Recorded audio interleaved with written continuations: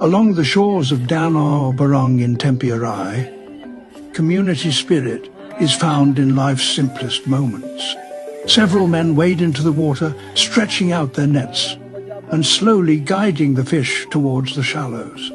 Along the bank, women hold the edges of the nets, helping to ensure that none of the catch escapes. As midday approaches, the day's catch begins to gather along the shoreline. Nearby, a small fire is lit. Freshly caught fish are placed over glowing embers as wisps of smoke drift across the lake shore. Here, the catch is more than food. It is something to be shared. Danau Burung is more than a fishing ground.